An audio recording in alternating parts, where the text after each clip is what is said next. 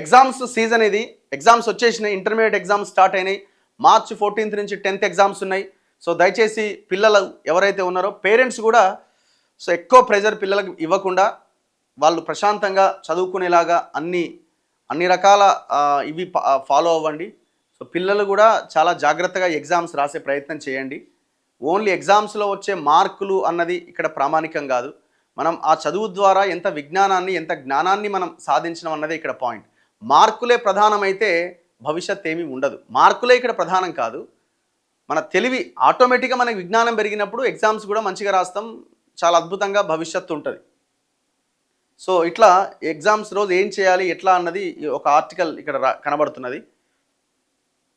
ఇగో చివరికి ఏం చెప్తున్నారు, ఇంకొకటి ఏంటంటే ఎగ్జామ్స్ అయిపోయిన తర్వాత రిజల్ట్స్ తర్వాత తెల్లారి చూస్తే ఈడొక ఆత్మహత్య, ఆడొక ఆత్మహత్య, ఈడొక ఆత్మహత్య. ఇందులో ఖచ్చితంగా పేరెంట్స్ది కూడా బాధ్యతే.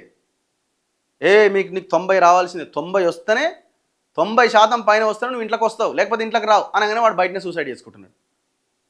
ప్రెజర్ పెడితే ఆ చిన్న ప్రాణం ఏం తట్టుకోగలుగుతుంది? వానికి ఎంత చదువు వస్తే గంతే చదువుతాడు. కొంతవాడికి కూర్చోబెట్టి చెప్పే ప్రయత్నం చేయండి. చూడండి, చివరిగా పరీక్ష అనేది మీ సామర్థ్యాన్ని కొలిచే సాధనం మాత్రమే, అదే మీ జీవితం కాదని గుర్తుంచుకోండి. All the best. ఈ లైన్ గుర్తుంచుకోండి. పరీక్ష అనేది మీ సామర్థ్యాన్ని కొలిచే సాధనం మాత్రమే, అదే మీ జీవితం కాదని గుర్తుంచుకోండి. అది మీ సామర్థ్యాన్ని కొలిచే సాధనం కూడా కాదు ఒక రకంగా చెప్పాలంటే. పూర్తి స్థాయిలో అక్కడ వచ్చిన క్వశ్చన్స్ నువ్వు ఆ సమయానికి నువ్వు చదువుకోగలిగి ఇది చేస్తే నువ్వు రాయగలుగుతావు.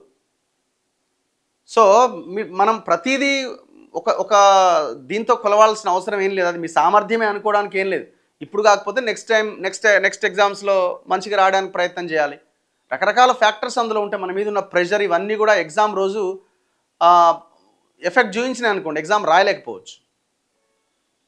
సో కాబట్టి మీరు ఇబ్బంది పడాల్సిన అవసరం లేదు. జాగ్రత్తగా ఎగ్జామ్స్ రాయండి, మంచిగా రాయండి. All the best.